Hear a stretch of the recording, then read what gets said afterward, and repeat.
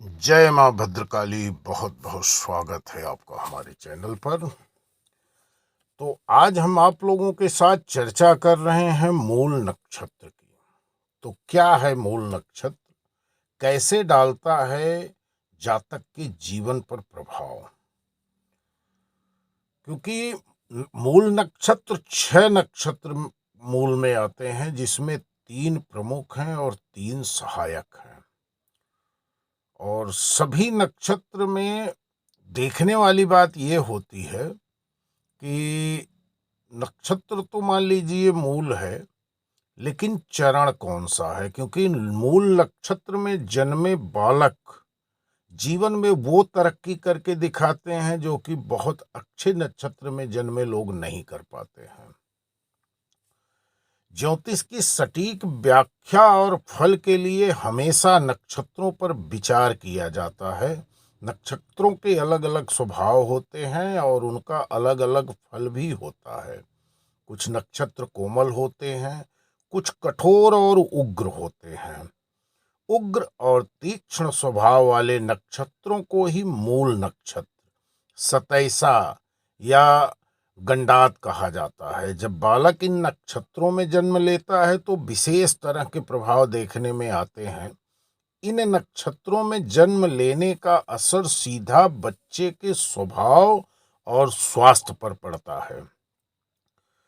तो कौन कौन से होते हैं मूल नक्षत्र और उनका प्रभाव क्या है और इनका निवारण क्या है?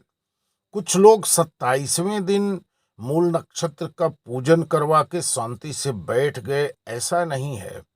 8 साल तक, क्योंकि बच्चा जब 8 साल का हो जाता है तो मूल नक्षत्र का प्रभाव धीरे धीरे कम हो जाता है, लेकिन जितना भी विनाश करना है 8 साल के अंदर वो करेगा। इसके लिए माता पिता को 8 साल तक इसके जो उपाय हैं वो लगातार करना चाहिए।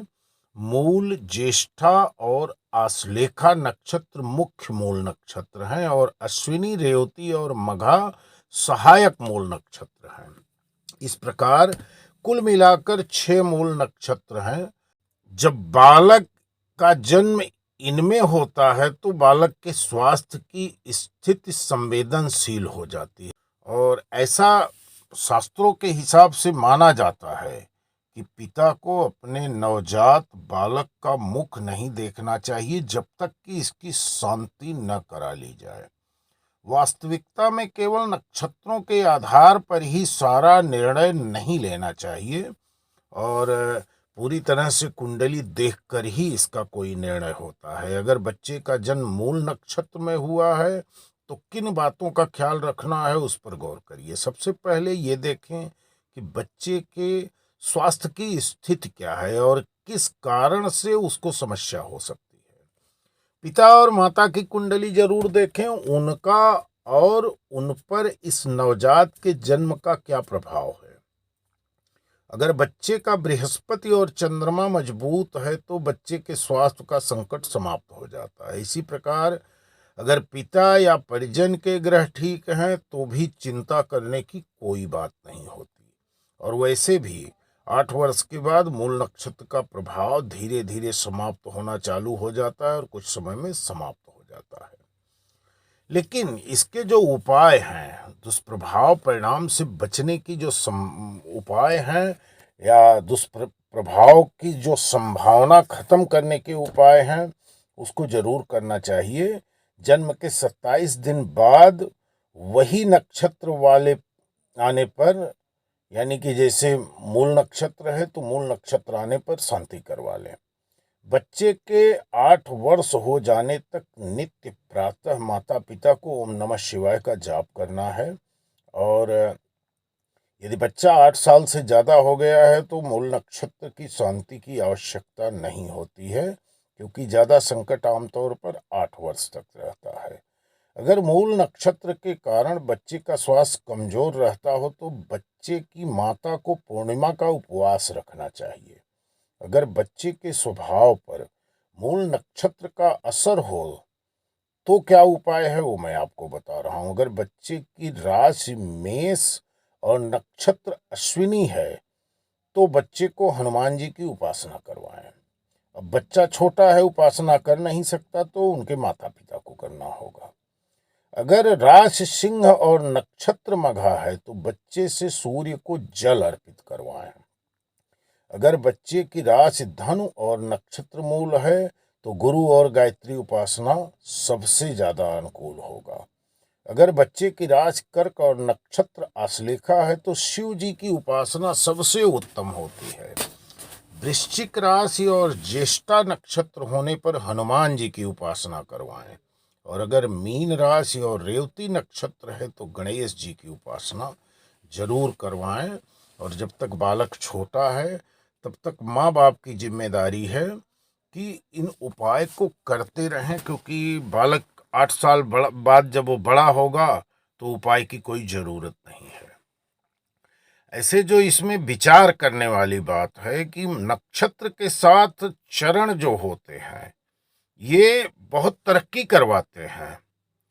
ये 6 नक्षत्र में जो प्रथम द्वितीय तृतीय चतुर्थ चरण में, जैसे किस चरण में बच्चा पैदा हुआ होता है उस हिसाब से करना है। मूल में संतान पैदा होने पर मूल की शांति करवानी पड़ती है जरूर। अश्लेषा ज्येष्ठा एवं मूल में जन्मे शिशु की मूल शांति हवन पूजन 27वें दिन उसी नक्षत्र के आने पर तथा अश्विनी रेवती मघा की शांति 8वें या 12वें दिन विधान से कर देना चाहिए। लेकिन यदि अश्विनी नक्षत्र में बालक पैदा हुआ है प्रथम चरण में तो पिता को कष्ट होगा। द्वितीय चरण में है तो बड़ा सुखी और ऐश्वर्य जीवन जिएगा। और तृतीय चरण में है तो राज्य मंत्री का दर्जा होगा। चतुर्थ चरण में है तो राज सम्मान प्राप्त होगा, यानी कि कोई बहुत बड़ा अधिकारी बनेगा। इसी प्रकार मघा नक्षत्र में प्रथम चरण में माता को कष्ट होगा, द्वितीय चरण में पिता को कष्ट होगा, लेकिन तृतीय चरण में सुख मिलेगा। माता को, पिता को, बालक को, सबको सुख मिलेगा। और चतुर्थ चरण में धनवान और विद्वान होते हैं। अब ज्येष्ठा नक्षत्र में प्रथम चरण में अगर बालक जन्म लिया है तो बड़े भाई को कष्ट होता है, द्वितीय चरण में है तो छोटे भाई को कष्ट होगा, तृतीय चरण में है तो माता को कष्ट होगा, और चतुर्थ चरण में है तो स्वयं को कष्ट होगा। क्योंकि ज्येष्ठा नक्षत्र में जन्मा बालक किसी चरण में पैदा हुआ हो वो तकलीफ ही देने वाला है। तो इन सब से बचने के लिए सबसे बेहतर वही जो उपाय मैं आप लोगों को ऊपर बताया हूँ उसी में से आप वो सब सारे उपाय, क्योंकि महादेव से बड़ा कोई गुरु नहीं है, इसलिए महादेव की पूजा आराधना जरूर करते रहें, लाभ होते रहेगा। रेवती नक्षत्र में प्रथम चरण में जन्मा बालक राज सम्मान का अधिकारी होता है, द्वितीय चरण में मंत्री पद प्राप्त होता है, तृतीय चरण में धन और सुख प्राप्त होगा, लेकिन चतुर्थ चरण में वो नाना प्रकार के कष्ट को भुगतता है। अश्लेषा नक्षत्र में पैदा हुआ बालक प्रथम चरण का पिता को कष्ट देगा, द्वितीय चरण को माता को कष्ट देगा, तृतीय चरण में धन हानि करवाता है, और चतुर्थ चरण में सुख करेगा, बड़ा ऐश्वर्यमय जीवन जिएगा। अब आया मूल नक्षत्र। मूल नक्षत्र का प्रथम चरण जो होता है वो शुभ होता है, द्वितीय चरण धन हानि होता है, तृतीय चरण माता को कष्ट मिलता है, चतुर्थ चरण पिता को कष्ट मिलता है।